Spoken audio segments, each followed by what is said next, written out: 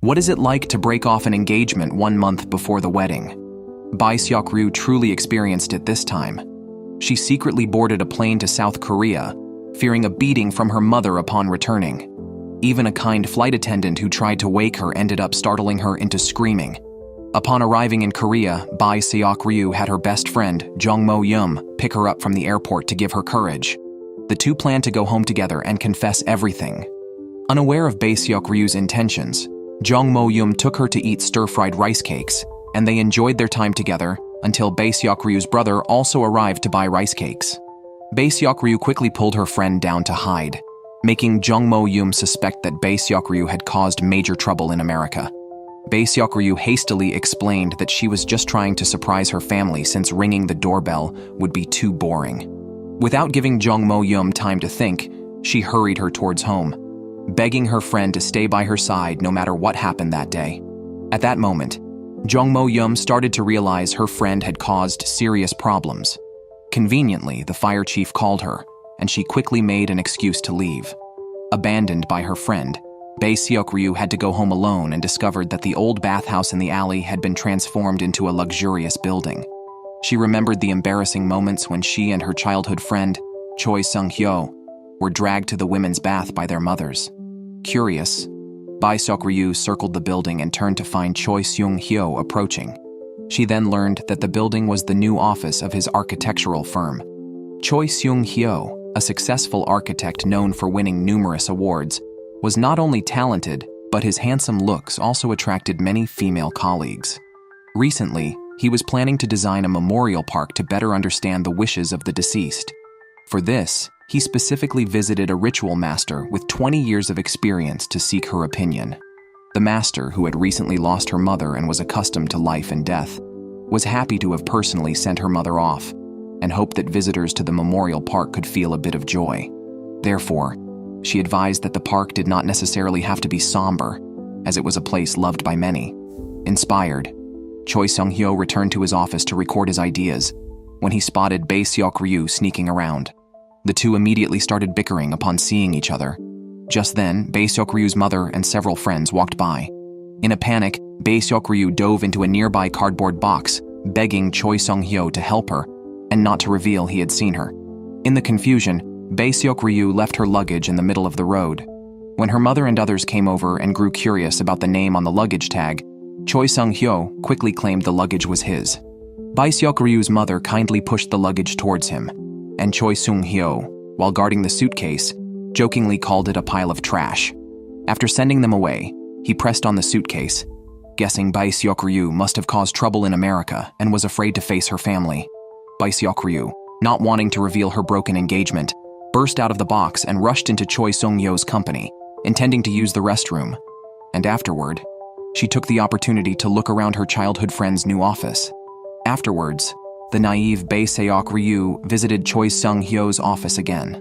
When she learned that Choi Sung-hyo had designed a ceiling structure identical to ancient tombs, she laughed hysterically and called him a weirdo. Suddenly, Bae Seok-ryu tripped over a wire, but fortunately, Choi Sung-hyo quickly blocked a falling bookshelf. Bae Seok-ryu tenderly checked Choi Sung-hyo's back, which was injured by an ornamental piece from the shelf. Seeing a scar, she remembered a childhood incident where she accidentally hurt him. Choi Sung-hyo was used to it. His body bore many scars from Bae Seok-ryu's past misadventures. Guessing that she had caused more trouble, he advised her to confess to her mother soon, as delaying would only worsen the inevitable beating. Despite teasing Bae Seok-ryu, Choi Sung-hyo was genuinely concerned for her safety and followed her home. Spotting a delivery worker's helmet, Bae Seok-ryu had a sudden idea. She opened her suitcase, put on several layers of clothing, and prepared to confront her mother. At the doorstep, Bae Seok-ryu grabbed Choi Sung-hyo, insisting that he face her mother with her. He quickly asked what trouble she had caused, and Bae Seok-ryu confessed to breaking off her engagement. As her mother's voice came from behind, incredulous, Bae Seok-ryu had to explain again. Although the explanation was superficial, her mother suppressed her anger to ask if it was the man who had called off the engagement. When her daughter admitted her own fault, her mother mistakenly thought Bae Seok-ryu had cheated, leading to the broken engagement. Seeing her daughter silent, the mother exploded in rage and hurled a leek at Bae Seok-ryu. Choi Sung-hyo stepped in to block it, getting hit instead. Choi Sung-hyo's mother intervened, feeling sorry for her son. Bae Seok-ryu's father also stepped in to try to understand his daughter's struggles. Bae Seok-ryu then revealed she had also quit her job, causing her father to faint. Her mother rushed over, ready to beat her crazy daughter. Terrified, Bae Seok-ryu grabbed Choi Sung-hyo and ran, hiding from her mother's wrath. Once safe, Bae Seok-ryu used Choi Sung-hyo as a shield and shed the thick clothes, starting another argument. Choi Sung-hyo mocked her for falsely claiming to have cheated. Bae Seok-ryu, seeing he didn't believe her, haughtily declared herself a very charming femme fatale. Choi Sung-hyo, speechless and seeing her joke even now, asked why she suddenly chose to end her marriage and quit her enviable job. Bae Seok-ryu sighed, feeling her life was overheating. She had been relentlessly pursuing success, from getting into a prestigious school to studying in the US, job hunting, and planning a wedding. Now, she was exhausted and just wanted to reboot her life and rediscover herself. Choi Sung-hyo admired her courage and was about to offer some encouraging words when he received a call from Bae Seok-ryu's brother, who relayed that their mother had calmed down and would not hit her if she returned. Choi Sung-hyo passed on the message, promising to accompany her back for support. Turning his head, he couldn't help but smirk. Once home, Bae Seok-ryu found her mother crying on the sofa and quickly went to comfort her. But the next moment, her mother declared they should die together. Choi Sung-hyo stood at the door with a mischievous grin, eavesdropping on Bae Seok-ryu's wails. His thoughts drifted back to his childhood, when his peers mocked him for not speaking Korean because he was born abroad, calling him a fool. Bae Seok-ryu burst out, demanding to know who dared to bully her baby. Choi Sung-hyo smiled as she returned. It seemed that her return would bring noise and chaos back to the place. Jung Mo-yum was unaware of the major incident at her friend's house. She was called away by a call from the captain about a drunk man who had fallen and was bleeding in the park. Jung Mo-yum found the pale-faced man, tried to check his blood sugar, and planned to take him to the hospital. However, the man rudely told her to go away, smashing a bottle and warning her not to meddle. A passing reporter tried to help but fell after just a few steps. Jung Mo-yum impressively knocked the drunk man down with a kick, making him behave like a quiet baby. She then took him to the hospital and kindly gave him candy as a gift, advising him not to drink. The man carefully stuffed the note and candy into his pocket, a scene observed by Kang Dan-ho, who suddenly took a liking to the impressive Jung Mo-yum. Unbeknownst to the friends, new romances were brewing. After beating her daughter, Bae Seok-ryu's mother demanded to know the real reason for calling off the wedding. She didn't believe her daughter would cheat. Bae Seok-ryu, unwilling to reveal the true reason, tried to brush it off, simply saying she was tired of life. Her mother, containing her anger, asked about her future plans. Bae Seok-ryu said all she wanted was to clear her mind, sleep, and eat all the Korean dishes to become the happiest unemployed person. The next morning, her mother, seeing Bae Seok-ryu sleeping soundly on the floor, angrily slammed the door as she left. Bae Seok-ryu woke up, went downstairs to eat, but her still angry mother snatched the bowl from her hands, scolding her for not deserving to eat. Just as Bae Seok-ryu was about to argue, Choi Sung-hyo and Jung Mo-yum arrived to check on her. Bae Seok-ryu glared at Choi Sung-hyo and fiercely told him they needed to talk alone later. Seeing Choi Sung-hyo ignore her, she turned her frustration towards her brother, and the two started fighting. Bae Seok-ryu's mother couldn't contain her anger any longer and stormed into the basement to furiously play the drums, silencing everyone. Jung Mo-yum realized her aunt was seriously angry and kept asking Bae Seok-ryu why she made such an impulsive decision. Seeing her friend trying to evade the question, Jung Mo-yum had to leave for work. Choi Sung-hyo wasn't so lucky. Bae Seok-ryu put him in a chokehold, calling him a traitor. Fortunately, Bae Seok-ryu's mother arrived in time to save Choi Sung-hyo and even kicked her daughter, instructing her to bring steamed cakes to Choi Sung-hyo's company and distribute them to the neighbors before the opening. Reluctantly delivering the cakes, Bae Seok-ryu met Choi Sung-hyo's female colleague who, fascinated upon learning they were childhood friends, asked about their story. This sparked Bae Seok-ryu's spirits. Recalling the first time she saw a fragile Choi Sung-hyo, her protective instincts kicked in. Over the years, she took him to play games, handed him nutritious meals, and helped him make friends with other kids. That evening, Bae Seok-ryu suddenly craved scallion pancakes and started making them on the balcony. Her friends and Choi Sung-hyo, attracted by the smell, came over. While Jung Mo-yim went to buy drinks, Bae Seok-ryu asked Choi Sung-hyo about his troubles. She had overheard his colleague complaining about the economic downturn affecting their project payments. Choi Sung-hyo wasn't worried about himself, but was more concerned about when Bae Seok-ryu would reveal the real reason for her return. He encouraged her to explain everything to her mother soon. His warm words made Bae Seok-ryu thoughtful. Then she playfully put him in a chokehold again.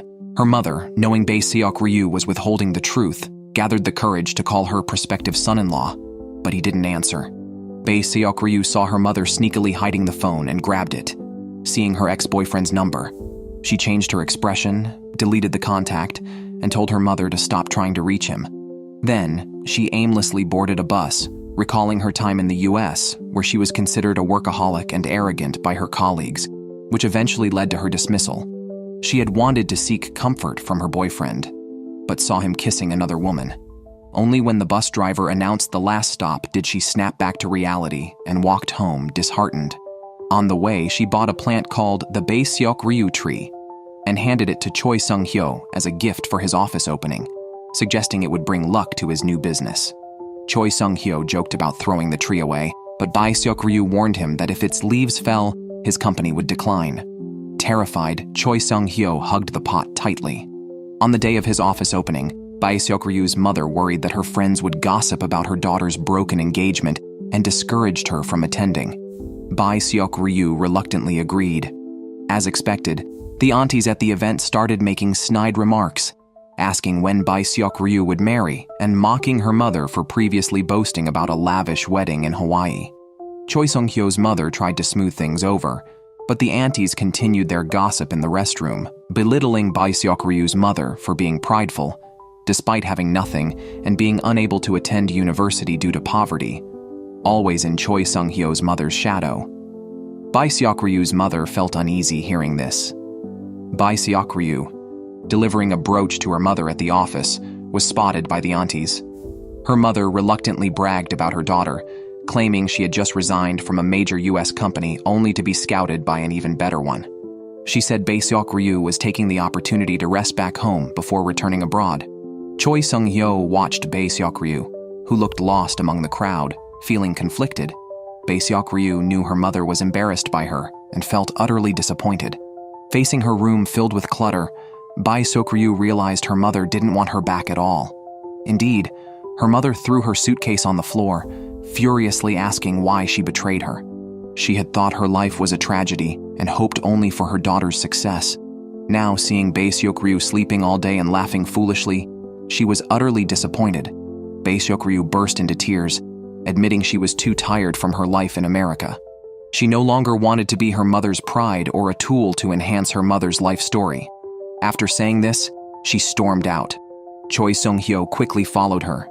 In front of him, Bae Seok-ryu put on her usual cheerful facade. Choi Seung-hyo, knowing her inner turmoil, silently stayed by her side. They shared a small, pitiful umbrella. Suddenly, Bae Seok-ryu laughed out loud, thinking of their childhood fun, and tears streamed down her face. Choi Seung-hyo advised her not to pretend to be strong. Bae Seok-ryu's defenses broke down. Her mother, seeing Bae Seok-ryu's suitcase again, started to clean up the piled-up clutter in the room. Accidentally, a brooch fell to the floor. She pinned it carefully to her chest and couldn't help but cry. In high school, to buy this brooch for her mother, Bae Seok-ryu and Choi Seung-hyo worked hard at part-time jobs, like scrubbing baking trays. After getting paid, she bought the brooch and star stickers for her mother, who happily pinned the brooch to her chest, while Bae Seok-ryu decorated her ceiling with the stars.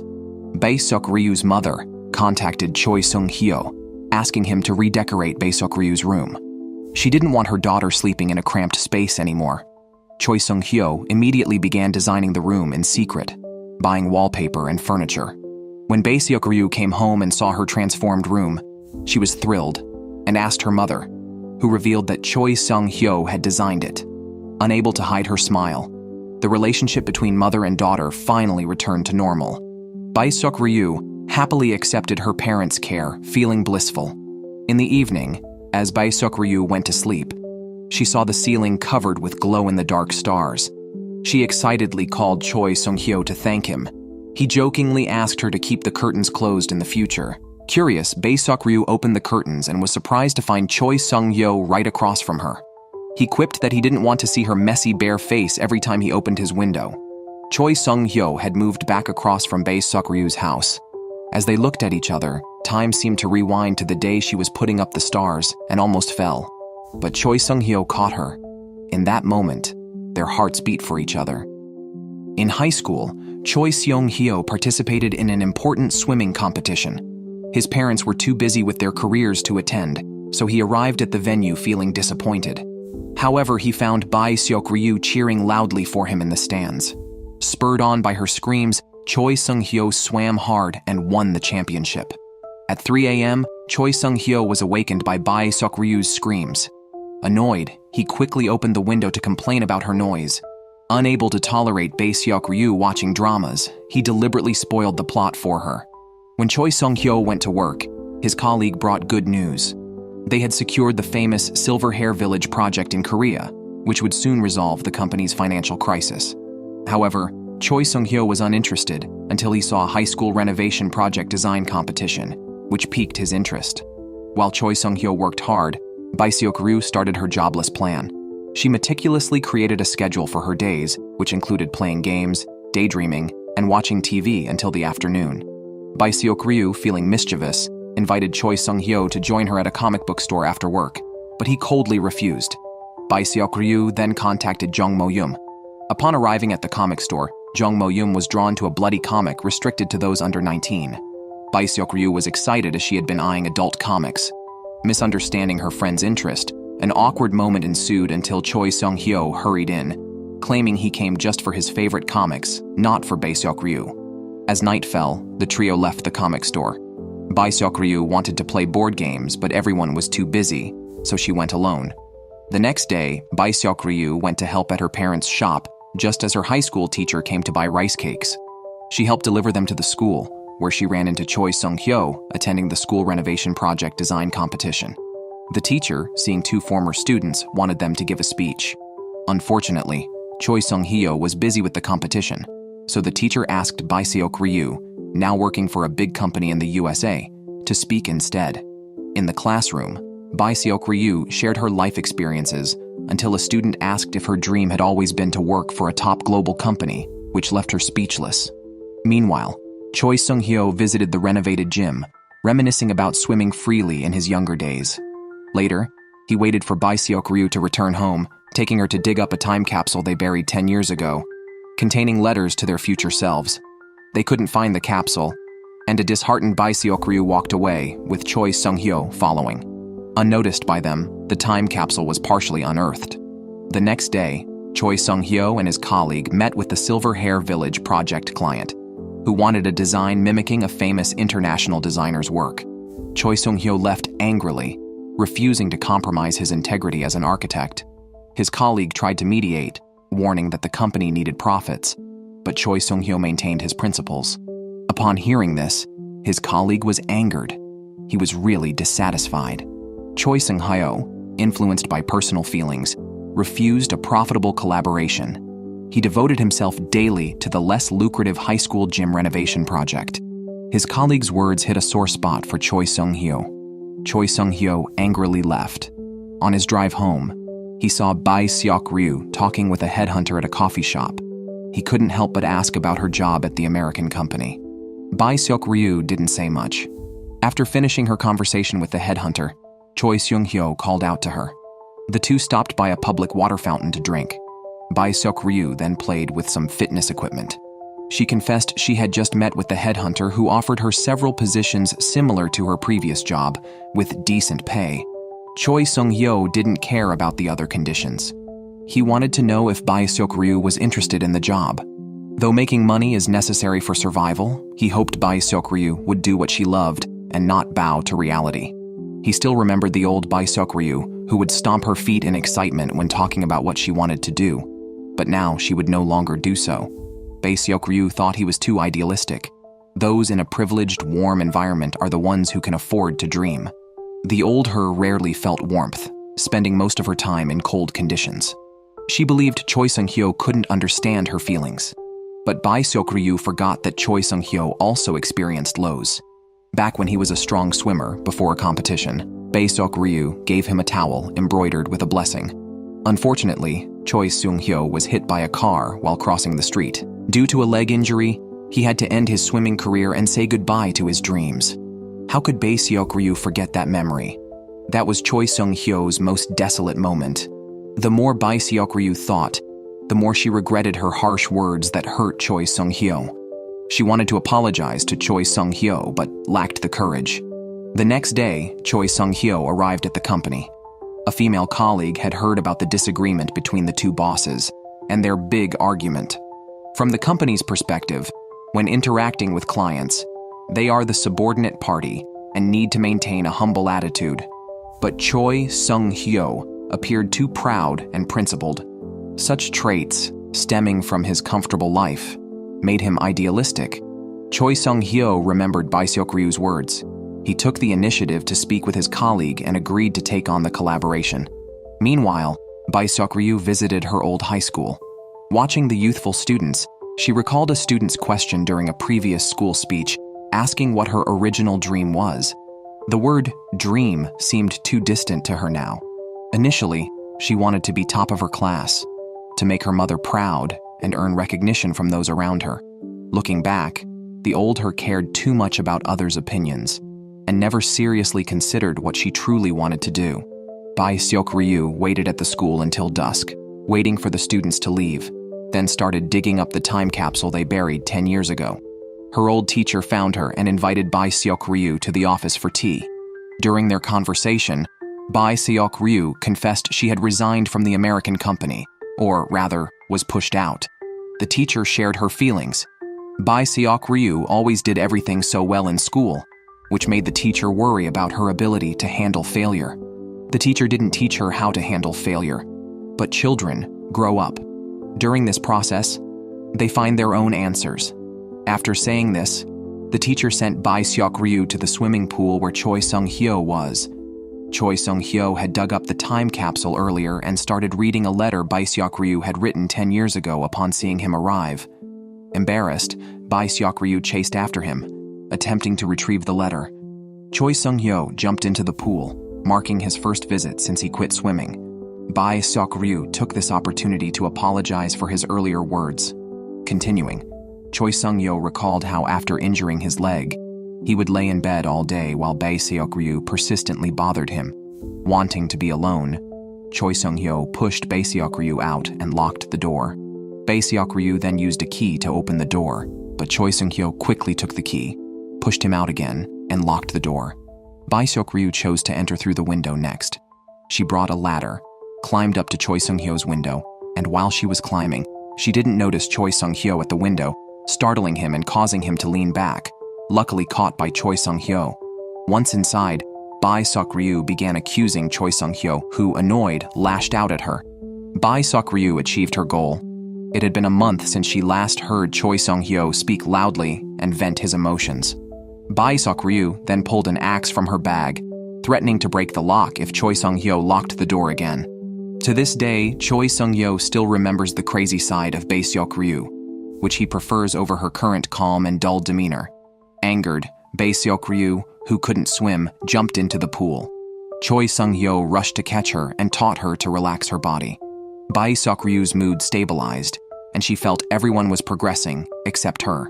She would eventually find her own direction. Choi Sung-hyo asked her if she would want to go back to before quitting her job and calling off her engagement. Bae Seok-ryu firmly answered she wouldn't. As they talked, Bae Seok-ryu began to sink, and Choi Sung-hyo quickly embraced her.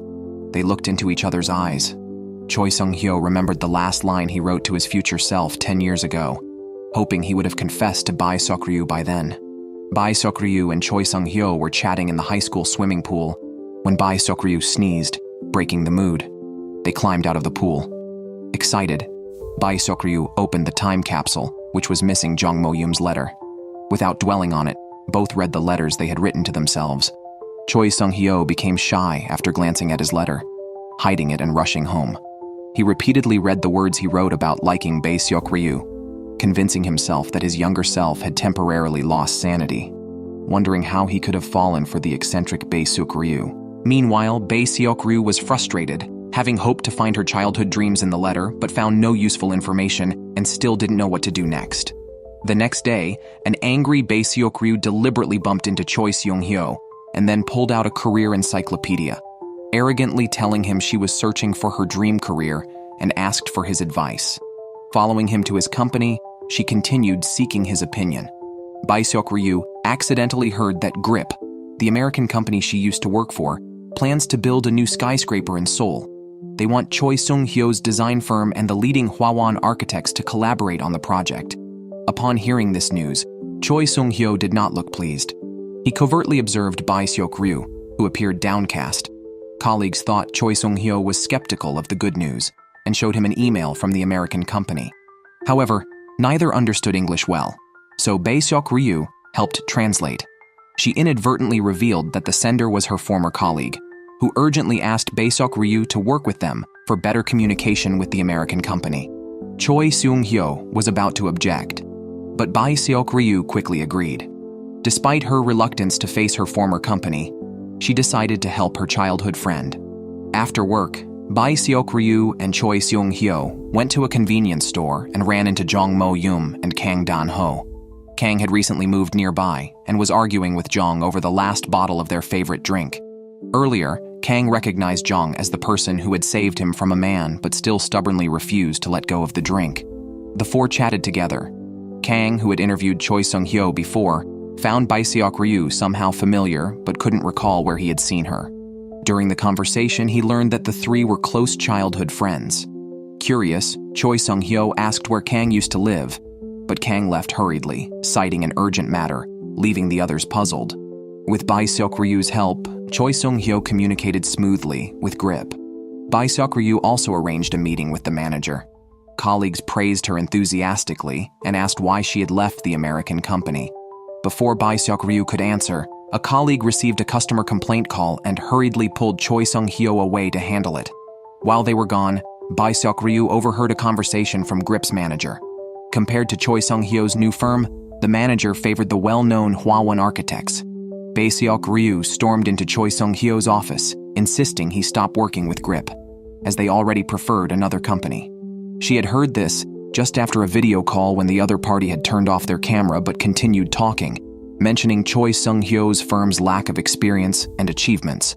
Regardless of the outcome, Choi Seung-hyo was committed to his work and asked Bae Seok-ryu not to tell the colleagues yet. Bae Seok-ryu was anxious. She knew her former company did not value Choi Seung-hyo's efforts, viewing his serious approach as futile. Seeing Choi Seung-hyo persist upset her, and she left angrily. On the day of the meeting with Grip, Bae Seok-ryu still showed up on time to translate for Choi Seung-hyo. Among the Grip representatives was her former colleague Chris. Seeing him, Bae Seok-ryu was visibly upset, recalling how she and Chris had repeatedly failed a project test in the same team. Bae Seok-ryu suggested trying again. Two team members disagreed. Chris supported Bae Seok-ryu. However, these two members were new. They didn't understand the project as well as Bae Seok-ryu. Bae Seok-ryu needed to handle most of the testing work. She was willing and readily agreed. After the meeting, Bae Seok-ryu thanked Chris for his support. Chris mentioned, Bae Seok-ryu was like a magic lamp. Just by touching her head and making a wish, she would fulfill it. He trusted her capabilities. Bae Seok-ryu enjoyed the praise, but it became a way for others to exploit her. With just a little flattery, she would take on extra work. They were ungrateful and mocked her need for approval. Chris also spread rumors about her suspension 3 years ago. Bae Seok-ryu overheard them speaking ill of her. Chris saw her and just smirked. Reflecting on the past, Bae Seok-ryu was distracted and spilled her water.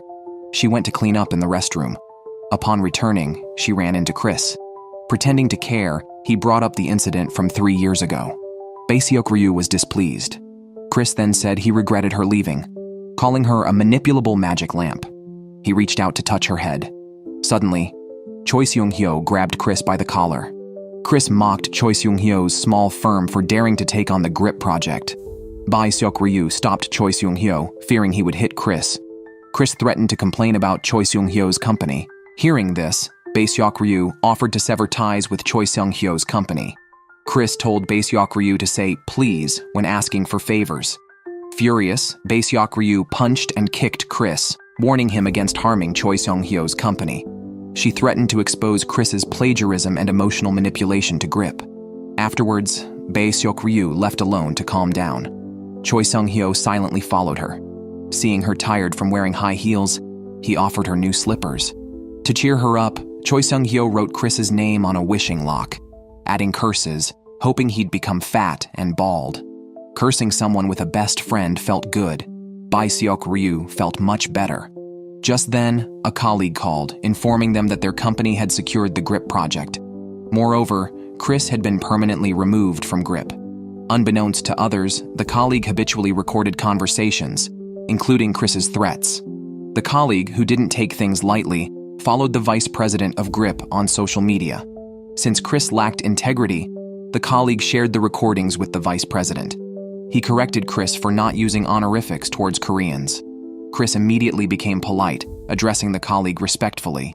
Bae Seok-ryu learned the news and excitedly hugged Choi Sung-hyo. Choi Sung-hyo remembered how Bae Seok-ryu had skipped a mock exam to watch his swimming competition. He was touched because his parents hadn't come. Only Bae Seok-ryu was there to cheer for him. Choi Sung-hyo hung his gold medal around her neck as a gift. He had liked her since they first met. Kang Dan-ho, their schoolmate, captured the moment they were together, which is why he found Bae Seok-ryu familiar. Later, Choi Sung-hyo visited Bae Seok-ryu in the USA, bringing comics that girls like. Bae Seok-ryu hugged him excitedly, and they drank together. As they got tipsy, Bae Seok-ryu slowly moved closer to Choi Sung-hyo. He thought she was going to kiss him, but she suddenly fell asleep in his arms. While studying in the US, Bae Seok-ryu was visited by Choi Seung-hyo. Overjoyed to see an old friend, Bae asked what he most wanted to do in America. Before he could answer, she took him to her dorm to drink. The next day, Choi tenderly covered Bae with a blanket and softly told her he came for her. Suddenly, Bae was awakened by a text from her boyfriend inviting her on a date. She decided to introduce Choi to her boyfriend, revealing her relationship status, which deeply disappointed Choi. From then on, Choi suppressed his feelings for Bae until a moment of embrace reignited his old affection. To celebrate Choi's company landing a new project with Gripe, Bae cooked a meal, which was delicious despite Choi's playful complaints. Jong Mo-youm, a friend, complained about being pressured by her mother to marry and expressed envy of Bae's courage. Bae, who had kept her wedding photos, shared them with her friend. Choi, returning for his wallet, saw these photos and was deeply conflicted. The next day, Choi's attitude towards Bae changed. He rejected a suggestion to involve her in the new Gripe project and expressed frustration at a dinner about people wanting to revisit the past. Bae attempted to persuade Choi to let her join the project, but he refused, leading to a heated argument. As Choi was leaving, he was embraced by his ex-girlfriend, a ceramic artist known for infidelity, who was now seeking a collaboration with him despite his cold response. Bae and a colleague gossiped about Choi's past with his ex, who overheard and, knowing her significance from Choi's frequent mentions, tried to persuade Bae to help her secure the collaboration. This led to an invitation for all employees to visit her studio, which Bae attended as an outsider. Meanwhile, Choi, unsettled by his ex's reappearance, encountered Bae's father, and they ended up drinking together, continuing even after getting drunk. The following day, Bae Seok-ryu treated the sleeping Choi Sung-hyo like a lazy brother, playfully hitting him while kneeling on the bed. Suddenly, Choi woke up and overpowered her. Her brother walked in at that moment, screamed, and ran out. Startled, Choi fell off the bed and injured his ligament, needing 2 weeks to recover. Feeling guilty, Bae volunteered to drive Choi around, taking him to his ex-girlfriend's studio. Upon arrival, the ex-girlfriend noticed Choi's injury and supported him. Bae watched silently, her interest piqued by the soybean paste pots in the yard. Excited, she eagerly observed the scene, as it was soybean paste making day and help was short. Bae volunteered enthusiastically to try making the paste. Thus, Choi was also drawn into the task. While looking for the restroom, Bae came across Choi, who was making pots. Captivated by his focused expression, she couldn't look away. The ex-girlfriend taught Choi pot making, causing Bae to feel sour and retreat, accidentally making noise with a chair. Bae joked about looking for the restroom and left following the ex-girlfriend's directions. Choi, disturbed by Bae's presence, couldn't focus on his pottery. He stood up to leave but encountered Bae, who joked about the pair being a good match. Choi sternly warned her not to make such suggestions. Sitting alone later, Choi forgot his wallet on a day he went to buy drinks. Returning home, he overheard Jong Mo-yum asking Bae if she had forgotten someone. Bae answered she still loved him. Choi, picking up his wallet, saw Bae's wedding photo on her phone, which saddened him. Unaware of his feelings, Bae earnestly helped make soybean paste.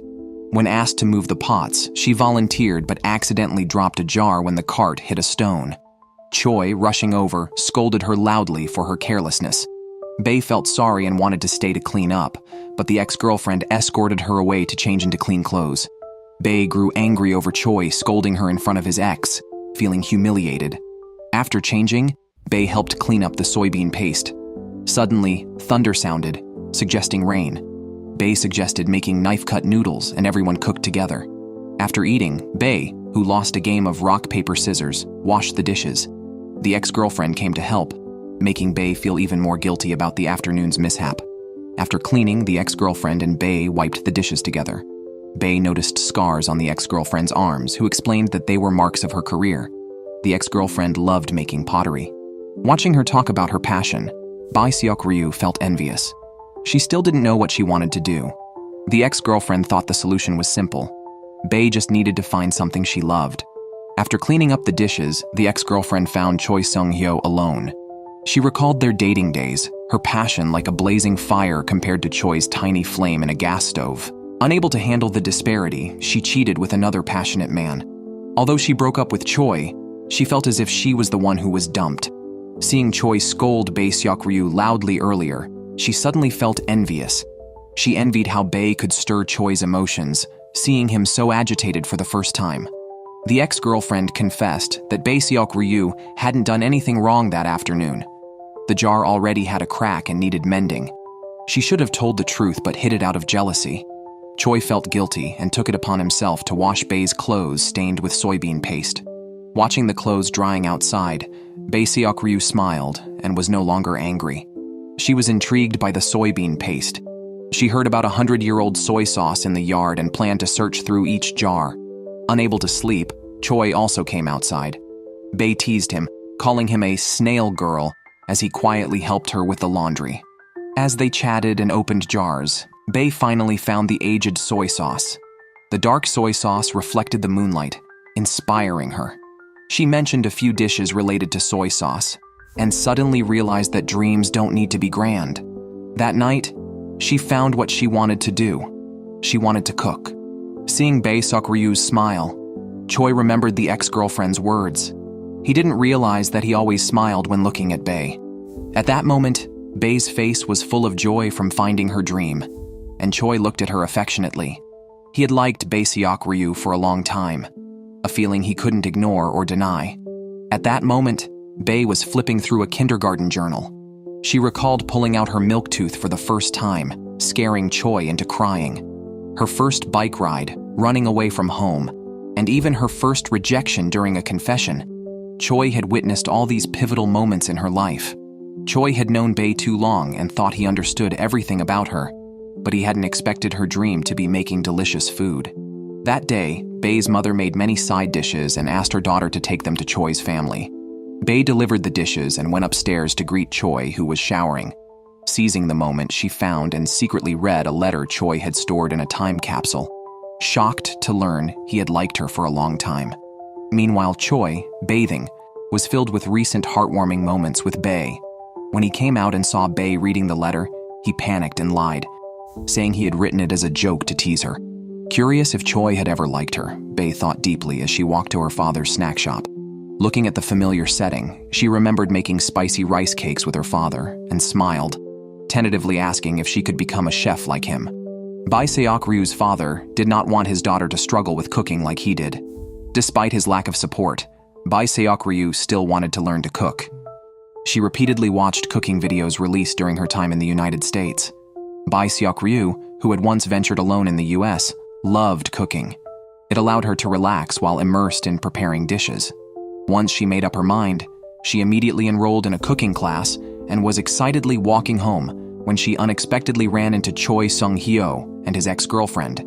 The ex-girlfriend wanted to invite Bai Seok-ryu for tea, but Choi Sung-hyo quickly interrupted, stating they had business to discuss and had no time for Bai Seok-ryu. Angry, Bai Seok-ryu ranted about Choi Sung-hyo still claiming to like her, calling him a big liar. The two argued while the ex-girlfriend, who saw the situation clearly, understood their true feelings. She glanced at a carefully tended tree named after Bai Seok-ryu, realizing Choi Sung-hyo had used her as an excuse to stay away from Bai Seok-ryu on purpose. The ex-girlfriend allowed Choi Sung-hyo to freely use her for dates, confirming his own feelings. After teasing Choi Sung-hyo, the ex-girlfriend planned to invite Bai Seok-ryu for a meal to tell her something important. Frightened, Choi Sung-hyo immediately stopped her. In the evening, a tired Choi Sung-hyo ran into Kang Dan-ho after work and invited him for a drink. Kang Dan-ho, slightly embarrassed, still brought Choi Sung-hyo to his home, revealing he was a single father who needed to care for his daughter. The expected alcohol turned into milk tea. During their chat, Choi Sung-hyo shared a story about a friend who had long harbored feelings for a girl. Despite years passing and trying to control his emotions, his heart fluttered uncontrollably upon meeting her again, leading him to avoid her. Kang Dan-ho advised Choi Sung-hyo's friend to bravely confess, but Choi Sung-hyo feared a confession could irreversibly change their relationship, so he cautiously maintained it until he missed the right moment. Now he dared not entertain such thoughts anymore. Unbeknownst to Choi Sung-hyo, his conversation was overheard by Jung Mo-youm, who lived next to Kang Dan-ho.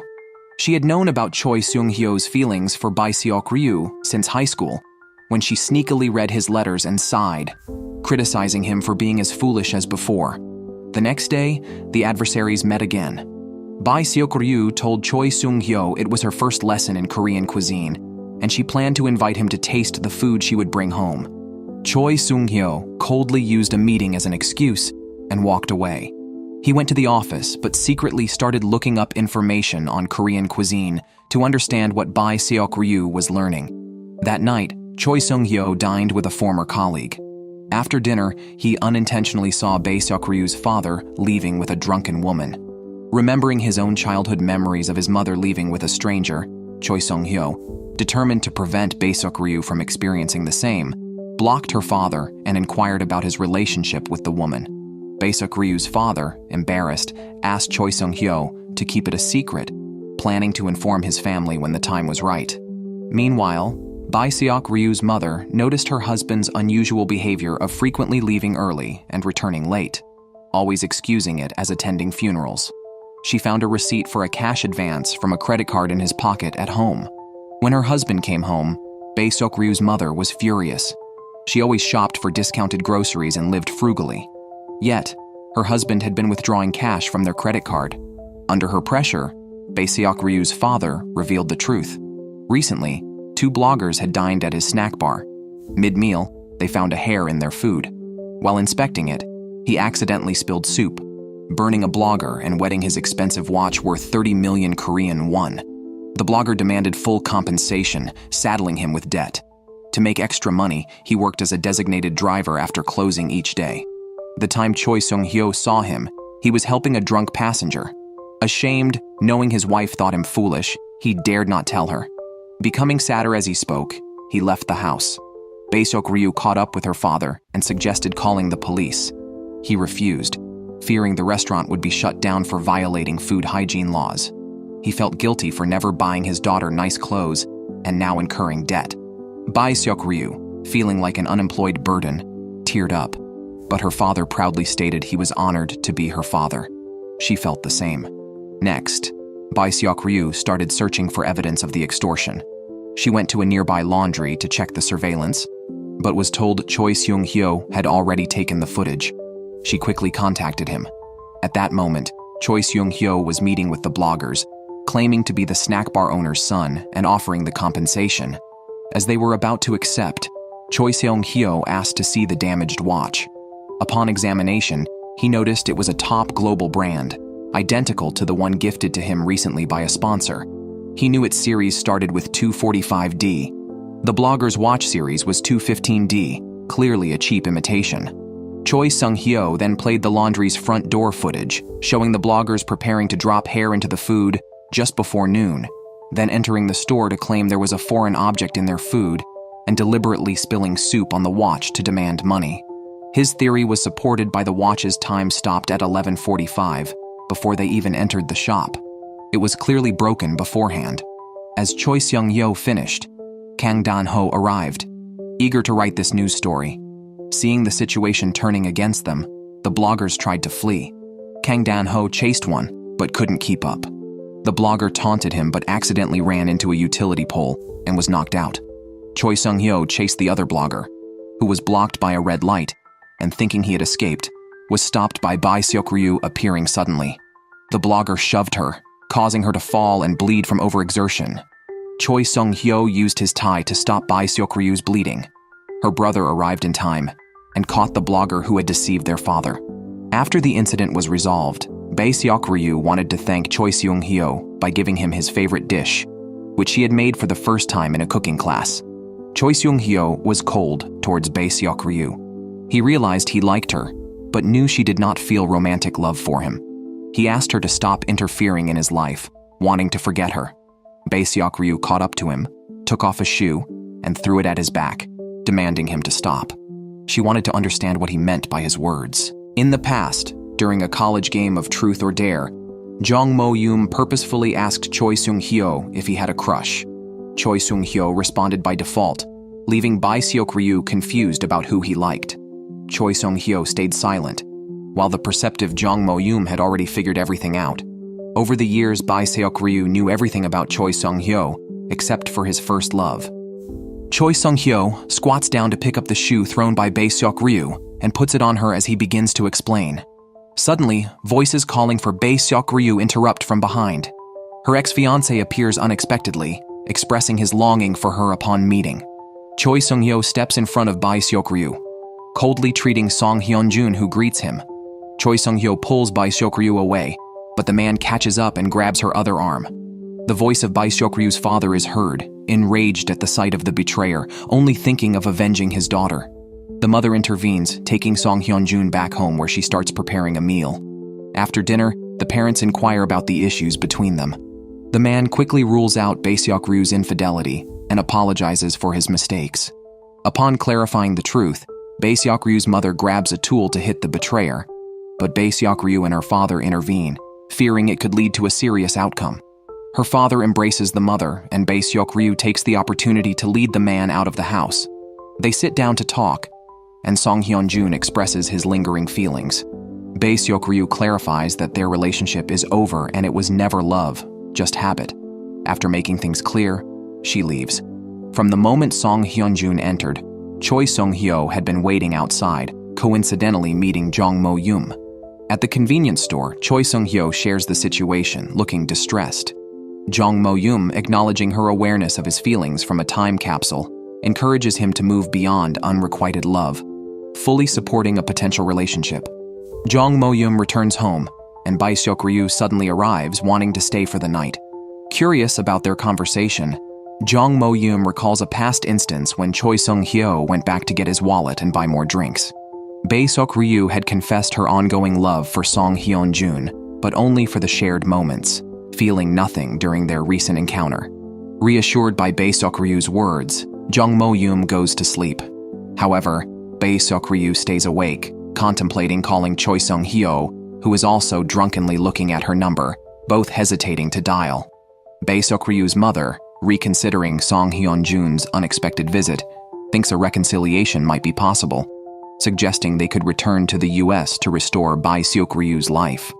After receiving a message from Song Hyun-jun wanting another meeting, the mother hopes her daughter would reconsider their relationship and personally selects a dress for her, urging her to make up before going out.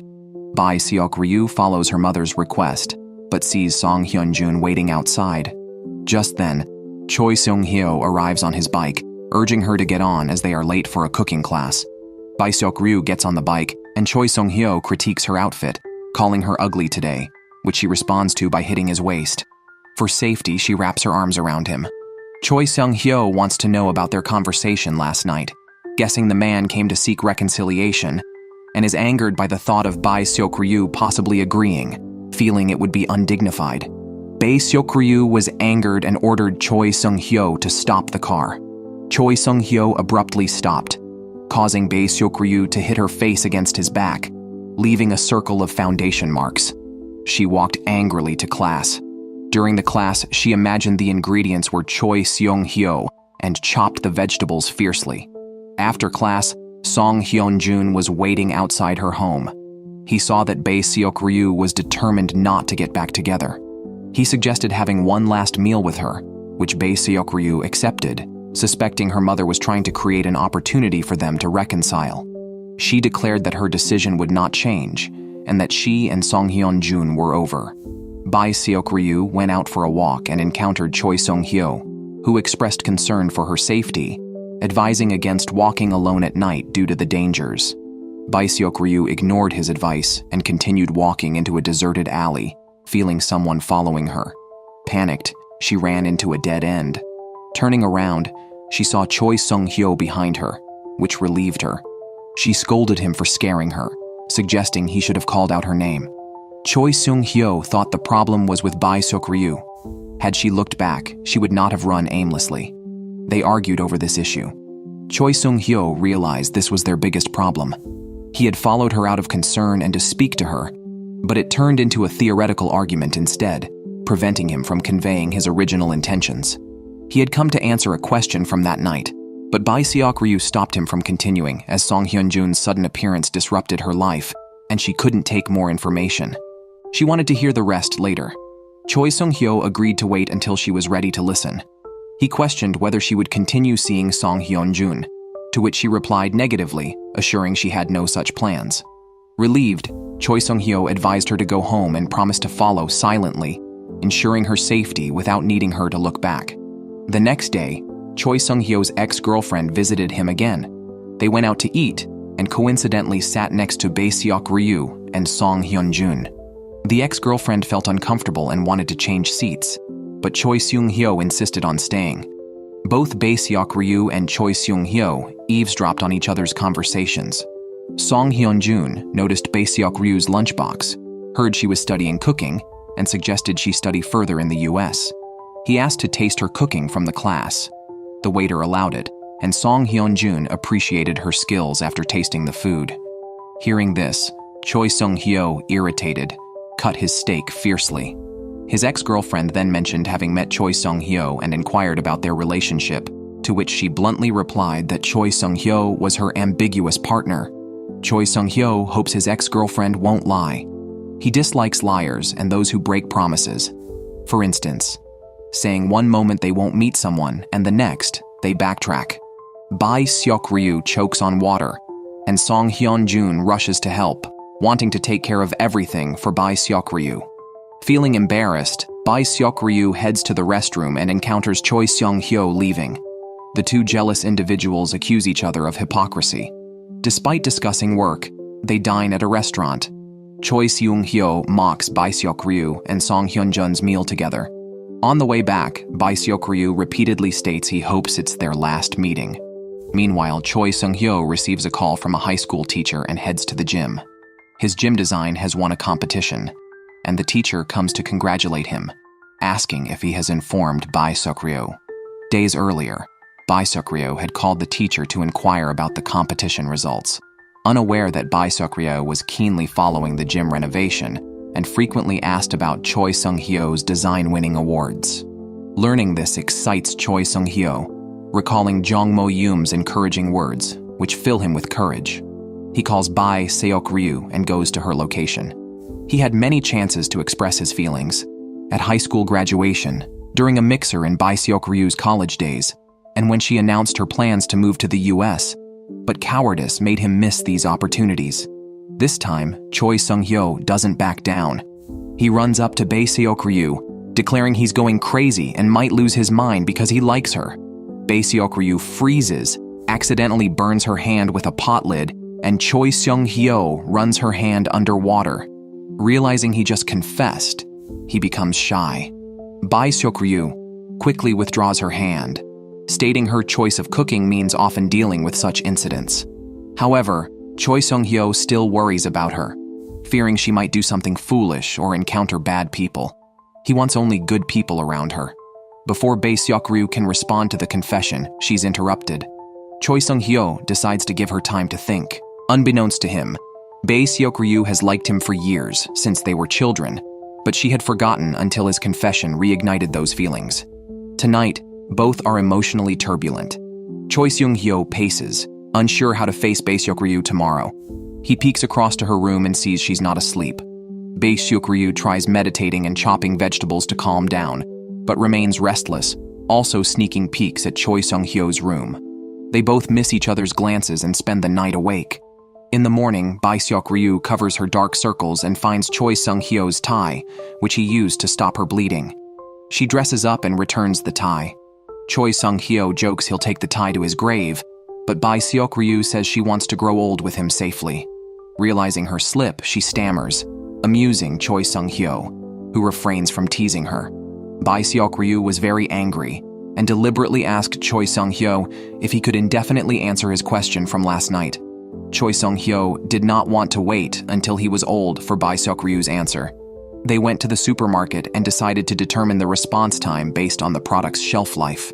Choi Sung-hyo planned to choose fresh milk with the shortest shelf life.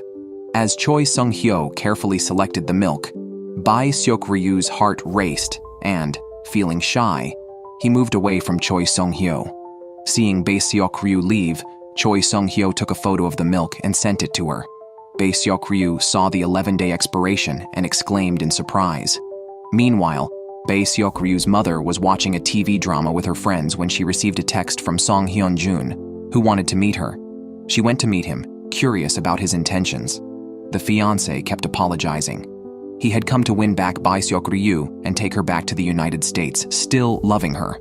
Bae Seok-ryu's father, upon finding out his wife met the fiancé secretly, demanded to know what they discussed.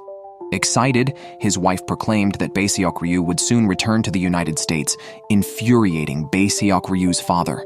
He accused her of using their daughter as a bargaining chip to boast about herself, disregarding Bae Seok-ryu's feelings and supporting her return to the U.S. with the unworthy man.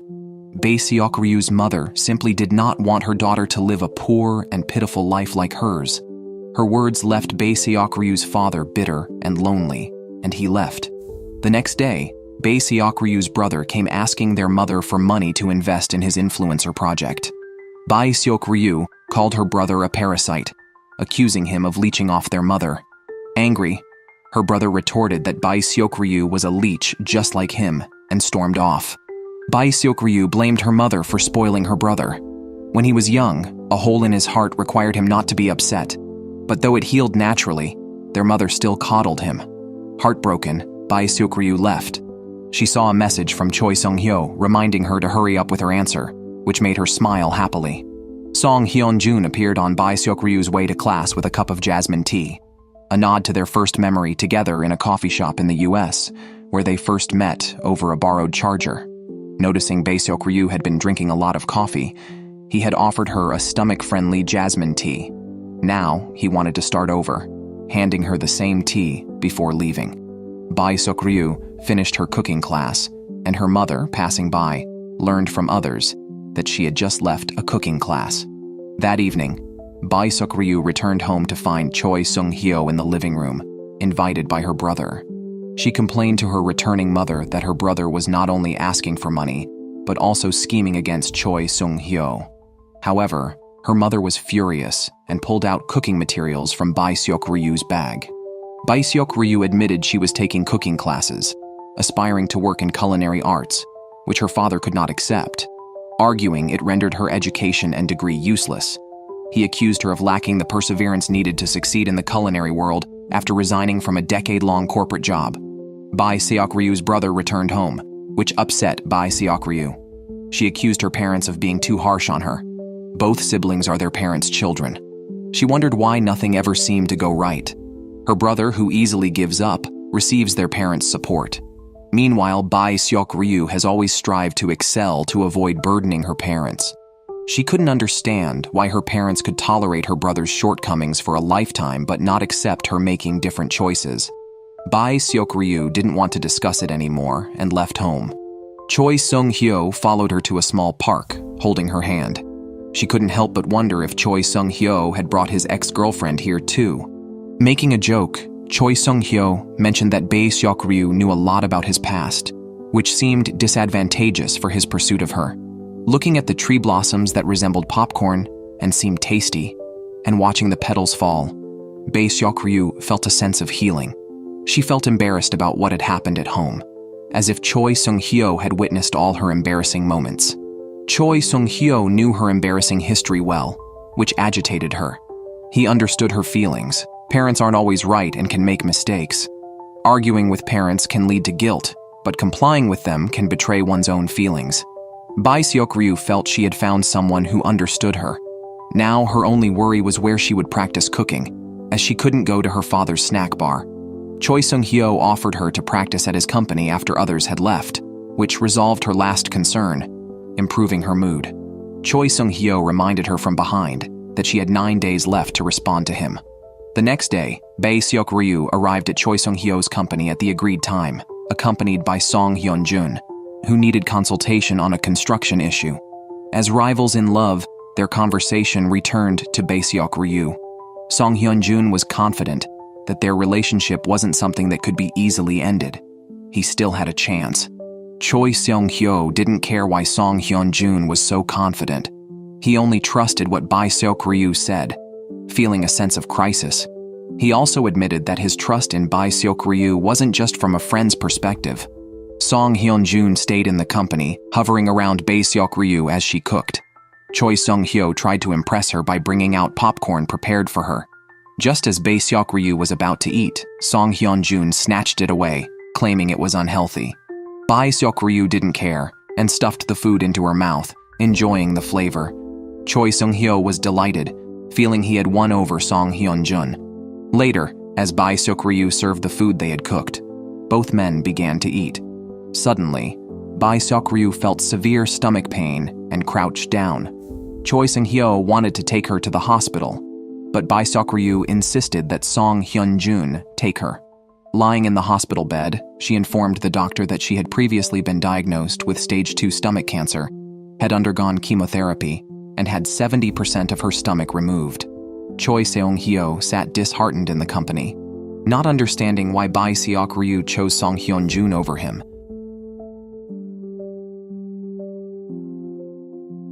Bae Seok-ryu, feeling unwell, was taken away by Song Hyun-jun. Choi Seong-hyo was very anxious and searched all nearby hospitals. He finally found Bae Seok-ryu, who had already been discharged. Choi Seong-hyo and Song Hyun-jun then argued over who should take her home. Both looked nervously at Bae Seok-ryu, who chose Choi Seong-hyo. He drove her home and opened the car door for her, which was unusual, as Bae Seok-ryu often felt treated like a servant by him. Inside, she felt conflicted and watched Choi Sung-hyo drive away. Back home, Bae Seok-ryu saw the light in her mother's room still on. She remembered when she first got cancer and planned to tell her mother, but couldn't say it out loud after hearing her mother's caring words on the phone. She cried after hanging up, comforting herself that she could tell her parents after recovering. However, she hadn't fully recovered yet. Choi Sung-hyo was restless tonight after seeing Bae Seok-ryu choose Song Hyun-jun. He vented to Jung Mo-yum, admitting his jealousy of Song Hyun-jun. Although he claimed to be uninterested in Bae Seok-ryu and Song Hyun-jun's past, he was actually very curious. He wanted to know what exactly happened between them. But Bae Seok-ryu just didn't want to show her vulnerability in front of him. The next day, Choi Seong-hyo waited at Bae Seok-ryu's door and brought her delicious, stomach-friendly porridge. Bae Seok-ryu ate quickly and then had stomach pain. She excused herself to the restroom, where she crouched in pain. When leaving, Choi Sung-hyo gave her a big bag of stomach medicine. She cursed him as a fool as he left. After a cooking class, Bae Seok-ryu met Song Hyun-jun, who had waited for her. He brought information from a renowned cooking school in the USA and proposed they go back to the USA to continue their unfinished wedding. He also gave her a ring, which she put back on. That night, Bae Seok-ryu talked to Choi Sung-hyo, who was about to ask why she chose Song Hyun-jun that evening. Bae Seok-ryu revealed that Song Hyun-jun had proposed again. She considered restarting their relationship, recalling sweet memories. Choi Seung-hyo questioned her sincerity. Bae Seok-ryu confessed she had always seen him as her childhood friend, not a romantic interest, while he had mistaken their bond for romantic feelings. Choi Seung-hyo was saddened, but didn't want her to judge his feelings lightly. Bae Seok-ryu didn't know how to respond. Choi Seung-hyo faced troubles at work and felt down. When Bae Seok-ryu's mother saw him upset, she invited him for dinner and left him alone at their house. Hearing noises, Bae Seok-ryu came out of her bedroom and saw only Choi Seung-hyo. Seeing the milk, she felt she shouldn't avoid the issue, but should give Choi Seung-hyo a clear answer. She told him that he could never be more than a friend. However, their friendship was no longer the same after Bae Seok-ryu rejected him. Bae Seok-ryu returned to her room after speaking. She had her reasons for rejecting Choi Seung-hyo.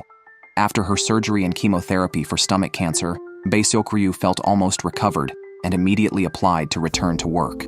She believed she could overcome adversity through sheer will. However, work setbacks and regular hospital visits led to her depression, and her smile gradually faded. Song Hyun-jun was relieved after confirming she was seeing her doctor and taking her medication regularly. He knew this was the way for Bae Seok-ryu to get better. Despite this, Bae Seok-ryu's situation was not optimistic.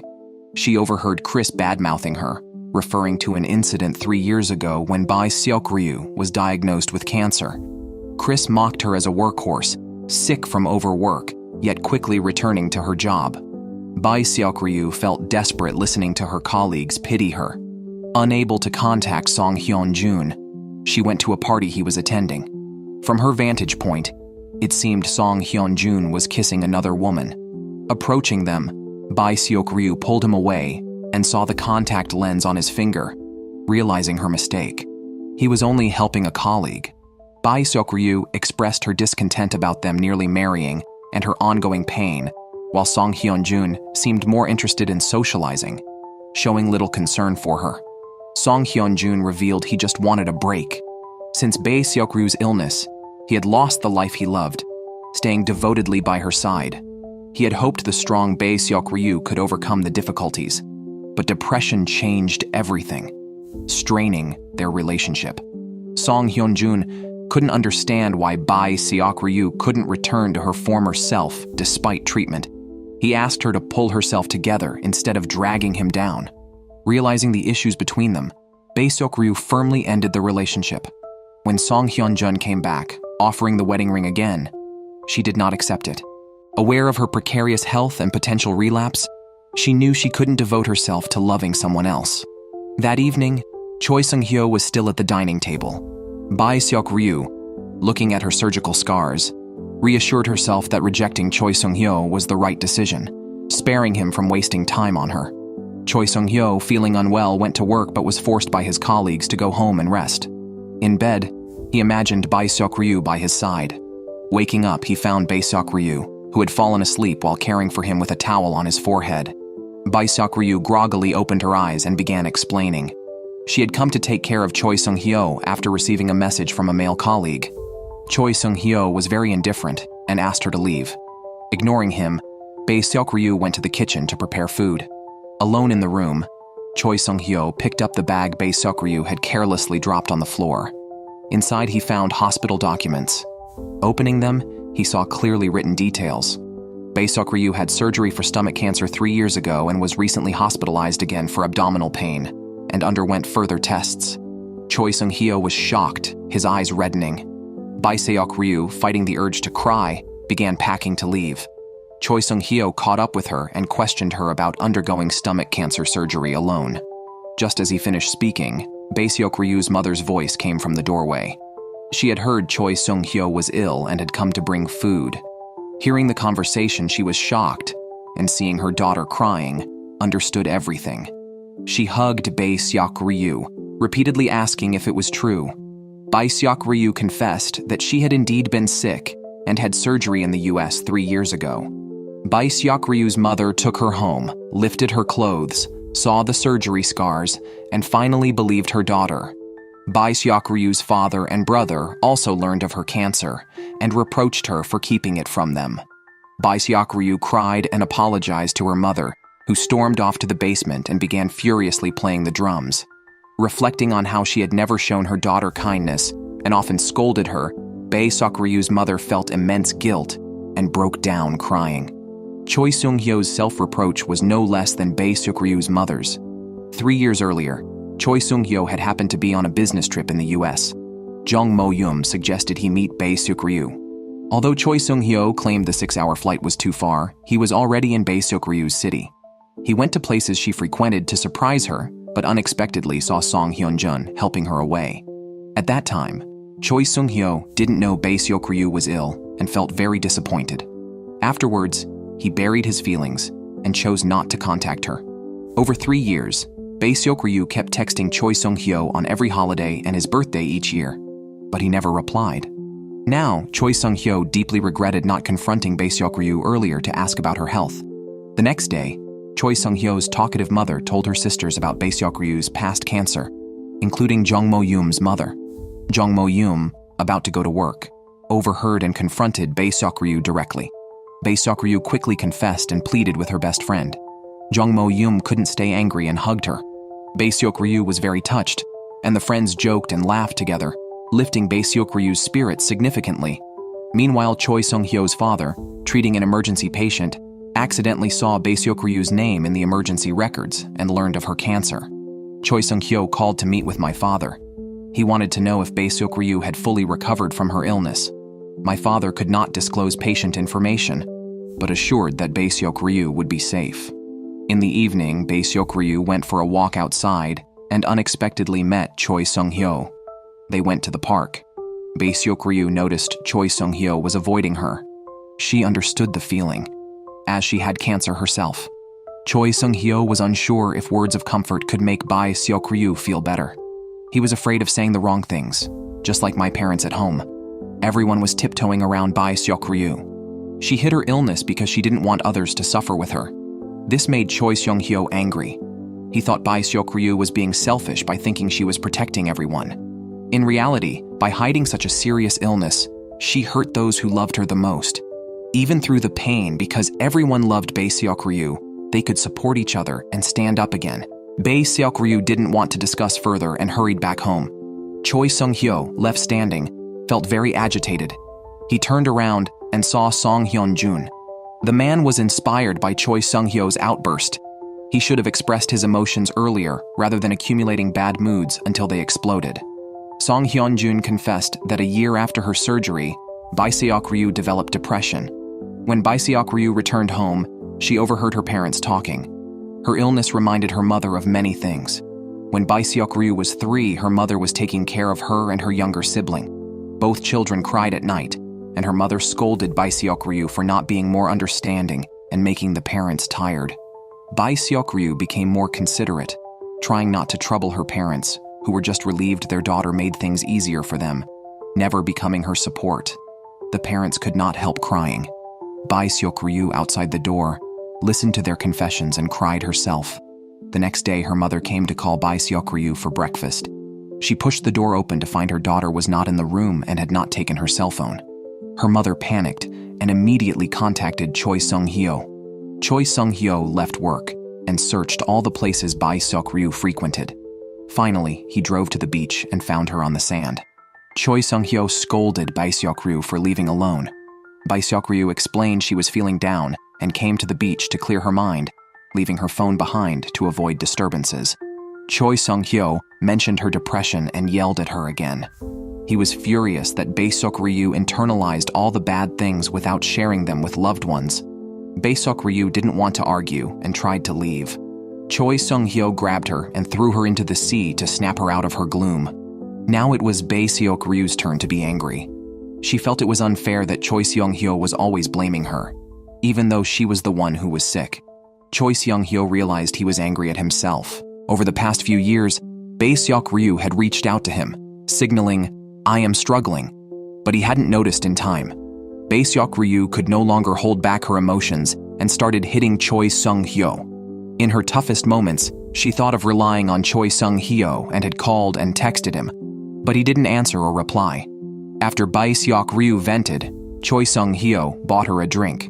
On his way, he heard from Bai Seok Ryu's mother that the results were already visible on Bai Seok Ryu's phone. Choi Sung-hyo handed him the phone and asked Bai Seok Ryu to call the hospital for the results. Regardless of the outcome, he promised to stay by Bai Seok Ryu's side. Bai Seok Ryu did not refuse, took the phone, and made the call. He found out he only had gastritis, which greatly relieved him. Choi Sung-hyo, thrilled, hugged his beloved tightly. Bai Seok Ryu let Choi Sung-hyo hold him. In the evening, Choi Sung-hyo drove Bai Seok Ryu home and took her to his father's snack bar. As Bai Seok Ryu entered and turned on the light, she saw a banner hanging in front, welcoming her back to the country. She felt embarrassed as she had been back for a while. Choi Sung-hyo was also embarrassed since it was his idea. While buying a drink for Bai Seok Ryu, he had called her mother to suggest a welcome party. Everyone sat down, and Bai Seok Ryu's mother spoke, emphasizing that family means sharing not just the good times, but also facing hardships together. This would be the family's motto moving forward. Bai Seok Ryu was moved and enjoyed the food her father made. Later, while walking home, Bai Seok Ryu exclaimed she had eaten too much and felt like her stomach would burst, causing everyone to become alert, fearing she might be unwell. She quickly explained she had just overeaten, reassuring everyone. Song Hyun-jun appeared nearby, seeing Bai Seok Ryu smiling. He suddenly realized what he needed to do. He called her, deciding it would be the last time he initiated contact. He had loved her deeply, but realized he had made mistakes. He had focused on how to help her recover quickly, forgetting that perhaps facing challenges together was the better choice. Returning to Korea made him realize that Bai Seok Ryu should stay there, and he wasn't the right man for her. He hoped they wouldn't regret the past. Before leaving, Choi Sung-hyo burst into Bai Seok Ryu's room and dragged her to the airport to see him one last time. During the day, Choi Sung-hyo received a message from him, bidding farewell and entrusting Bai Seok Ryu to Choi Sung-hyo. At the airport, Bai Seok Ryu regretted not dressing up, but Song Hyun-jun didn't mind. He believed Bai Seok Ryu always shone brightly. He wanted to shake her hand goodbye, thinking Choi Sung-hyo wouldn't mind such minimal contact. Seeing them shake hands, Choi Sung-hyo felt a pang of jealousy and turned away. Song Hyun-jun urged Bai Seok Ryu to be happy and stay healthy before turning to enter the airport. Bai Seok Ryu couldn't help crying, marking the end of their relationship. Those happy times were cherished memories. Choi Sung-hyo took off his coat and draped it over her, letting her cry freely while he stood by her side.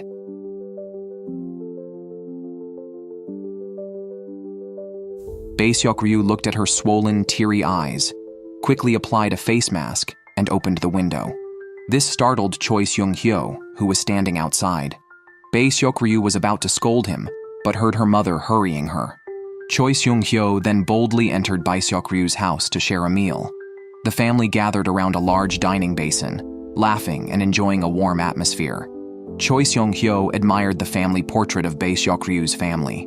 After the meal, Choi Sung-hyo noticed Bai Seok Ryu struggling with a French cookbook and offered to translate for her. As he translated, Bai Seok Ryu fell asleep. Choi Sung-hyo watched her fondly and also fell asleep. When Bai Seok Ryu woke up, she saw a rainbow reflected on Choi Sung-hyo's neck and reached out to touch it. Surprised, Choi Sung-hyo opened his eyes, and both felt embarrassed. Choi Sung-hyo left in a panic, accidentally knocked over by the door. Jung Mo-yum, watching his face, guessed that Choi Sung-hyo must have received a response from Bai Seok Ryu today. Choi Sung-hyo, feeling dejected, denied it, explaining that he saw Bai Seok Ryu crying at the airport the previous day and did not want to burden her. Despite the milk nearing expiration, he did not press her for an answer. Jung Mo-yum, seeing Choi Sung-hyo hesitating again, couldn't help but criticize. In the evening, Choi Sung-hyo waited anxiously with the milk for Bai Seok Ryu's response. Bai Seok Ryu was also nervous, watching the expiration date on the milk, intending to contact Choi Sung-hyo, but lacking the courage. By midnight, the milk expired without a response from her. The next morning, Bai Seok Ryu started learning to cook French cuisine. Her parents returned just in time, and she quickly covered the pot, fearing their reproach. However, seeing her passion for cooking, they no longer objected and even comfortingly told her it was okay to give up and come home if she was tired. Bai Seok Ryu was deeply moved by their support. However, Choi Sung-hyo's home atmosphere was not harmonious. His mother worked in the foreign ministry, and her demanding job meant she rarely spent time with her husband. After enduring this for 20 years, his father finally asked for a divorce, which his wife agreed to without asking why. Choi Sung-hyo took his parents to a hard-to-book restaurant only to hear about their divorce. He supported his parents' decision as it was their life, but he could not hold back his tears and left hurriedly. Choi Sung-hyo drank alone, reminiscing about his childhood when his mother, serving as a Korean ambassador, often stayed in different countries for years due to her job. His father blamed her for neglecting the family for her career, and when her boss called, his father suspected she had ulterior motives for going abroad. Regretting her marriage and even regretting having Choi Sung-hyo, his mother expressed these thoughts, which Choi Sung-hyo overheard. Meanwhile, Bae Seok-ryu was listening to the recording of Choi Sung-hyo translating the French cookbook when she received a call from a street vendor who found Choi Sung-hyo drunk by the roadside. Bae Seok-ryu struggled to drag him to a bench and urged him to go home once sober. Choi Sung-hyo said he did not want to go home. He told Bae Seok-ryu about the meal he had with his parents, the first since his college graduation. He envied the family portrait at Bae Seok-ryu's house each time he visited. Today, during their rare meal together, he learned of their impending divorce. Choi Sung-hyo couldn't stop his tears. Bae Seok-ryu comforted him by gently patting his back. Bae Seok-ryu drove Choi Sung-hyo back to the office. While getting water, he accidentally saw that bottle of milk. Choi Sung-hyo quickly explained that he had just forgotten to throw it away. He casually adjusted Bae Seok-ryu's collar, which stirred some feelings in Bae Seok-ryu. The day Choi Sung-hyo's mother was leaving, she promised to stay in touch and try to return for his birthday. Choi Sung-hyo had heard such promises since childhood. He used to wait eagerly for his mother, but now, he no longer held any hope for her. Choi Sung-hyo left the house indifferently. His mother packed her bags and went to the airport alone. Choi Sung-hyo stayed in the office. Bae Seok-ryu brought a photo found at home from a time when their families had a barbecue together. Bae Seok-ryu's father had taken a family photo for Choi Sung-hyo's family. This photo had always been at Bae Seok-ryu's house, and she brought it especially for Choi Sung-hyo. Bae Seok-ryu suggested he should go to the airport to see off his mother. Choi Sung-hyo was about to contact his father, but received a call from him first. According to his father, Choi Sung-hyo went to the police station. The police found his mother's luggage at the station, but his mother was missing. Choi Sung-hyo called his mother's phone, and the ringtone came from inside the suitcase. It seemed she had locked her phone inside. Choi Sung-hyo tried to unlock the suitcase, and finally his father opened it using their wedding anniversary date. Choi Sung-hyo's father retrieved his wife's phone and called her boss to find out where she might have gone, believing she was supposed to go abroad for work. Her boss informed him that she had decided to retire, noticing some issues as she occasionally forgot about her upcoming retirement and still wanted to work. Realizing something was wrong, her husband contacted friends to search for her. At that moment, Choi Sung-hyo's mother was at a temple. She tried to take her phone out of her bag, but found a remote control instead. She looked for her suitcase, but it wasn't there. She didn't know why she was at the temple, hurried down the mountain, and accidentally twisted her ankle, falling down the slope, leaving one shoe behind. Inspired by a conversation with her boss, Choi Sung-hyo and his group went to the temple to look for her. Staff confirmed she had been there. They found a wish she had written, hoping to always remember her husband and son, despite often forgetting recent events. Reading her words, father and son felt deeply conflicted. They followed the mountain path back, planning to continue searching below. Choi Sung-hyo spotted his mother's fallen shoe. They guessed she might be down the slope. The father took a shortcut down the steep slope to search, while Choi Sung-hyo and Bae Seok-ryu took the easier path to meet him. The father found his wife first and covered her with a jacket. Seeing her familiar husband, she felt very wronged. She knew she was ill and had lied about an overseas assignment to avoid being abandoned by him. Choi Sung-hyo's father, who had always deeply loved his wife, would never let her go. Over the years, he had seen her close to her boss and mistakenly thought she liked him, so he could only watch her from a distance. Choi Sung-hyo's mother wanted to get closer to her husband, but she couldn't understand why he was becoming more distant. This opportunity helped the couple clear up their misunderstandings. Choi Sung-hyo and Bae Seok-ryu arrived later. Seeing his mother, Choi Sung-hyo broke down emotionally. He felt invisible at home. Whether it was about work assignments or divorce, his parents never asked for his opinion or cared about his feelings. His greatest wish was to have a meal with his parents. His mother apologized to Choi Seung-hyo. She still remembered feeling guilty when she saw how her harsh words had affected him. She spent the whole night by his side, explaining that she had spoken rashly out of anger. Choi Seung-hyo approached and held his mother's hand, and they embraced. She regretted not showing him enough maternal love. Choi Seung-hyo's father carried his wife down the mountain, not wanting any other man to take care of his woman. With his mother safe at home, Choi Seung-hyo could focus on work. He had a business trip to Gangwon-do the next day, planning to return in about 2 weeks. He told Bae Seok-ryu in advance, suggesting she could visit him if she got bored. Though Bae Seok-ryu claimed she wouldn't be bored, she often checked her phone for messages from Choi Seung-hyo after he left. Eventually, she admitted feeling lonely without him and started listening to the translated recipes he had recorded. At the end of one recording, while she was asleep, Choi Seung-hyo whispered in French. Using translation software, Bae Seok-ryu learned he had said, "Milk has an expiration date, but my feelings for you never will." Suddenly inspired, Bae Seok-ryu borrowed a car from Jong Mo-yum and drove to where Choi Seung-hyo was on business. She confessed that time passed slowly without him, and everything seemed dull. Hearing this, Choi Seung-hyo walked up and kissed her. After their kiss, Bae Seok-ryu asked about their relationship. Choi Seung-hyo joked that they were in a kissed relationship.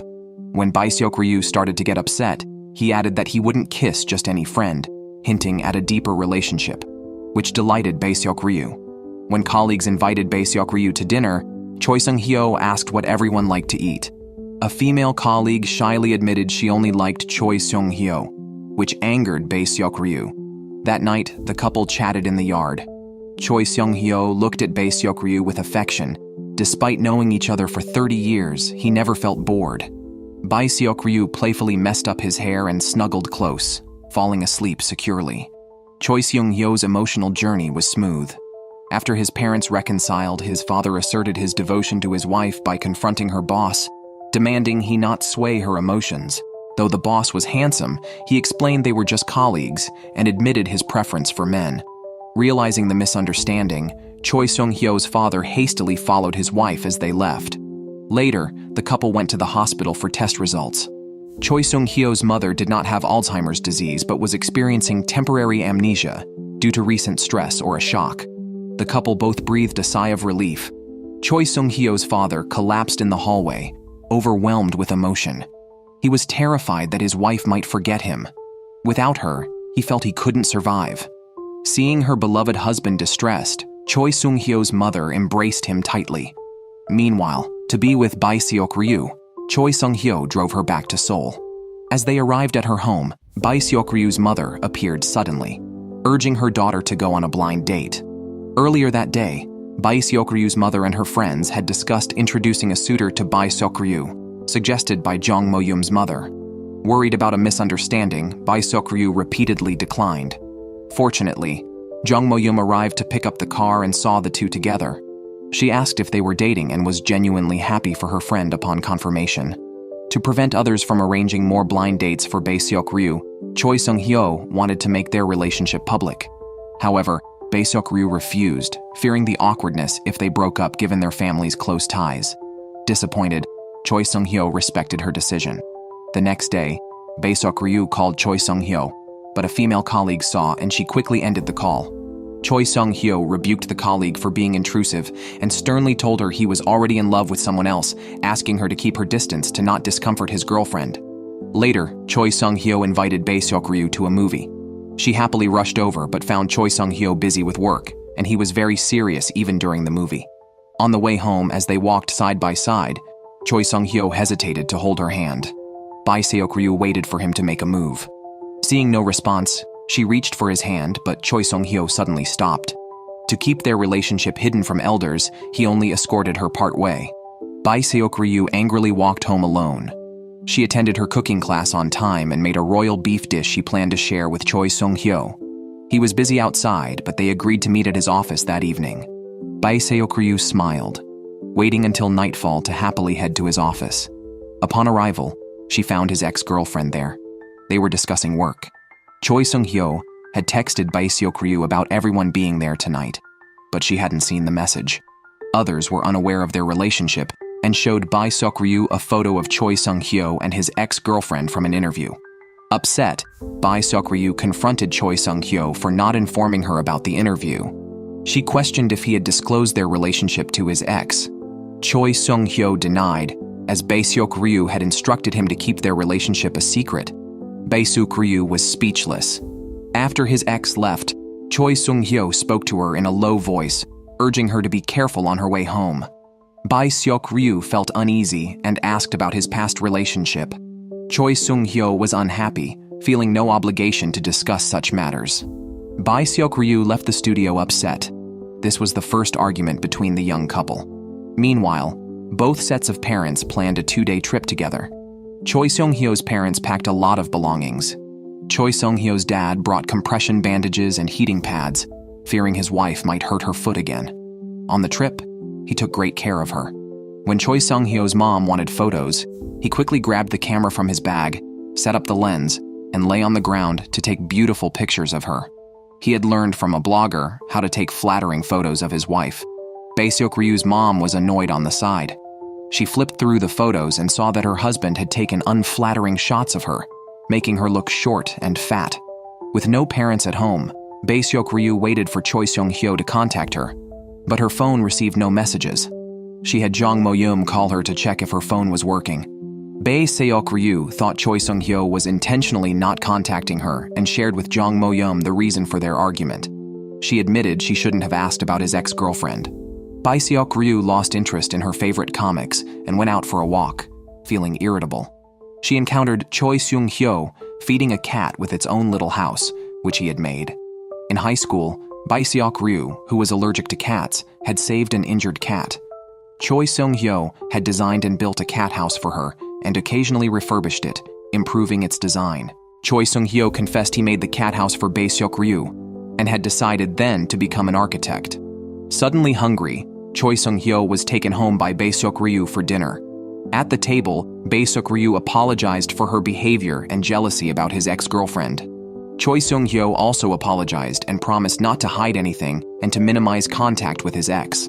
Choi Sung-hyo admitted he was somewhat pleased to see Bae Seok-ryu jealous, but also realized he couldn't focus on work after their fights.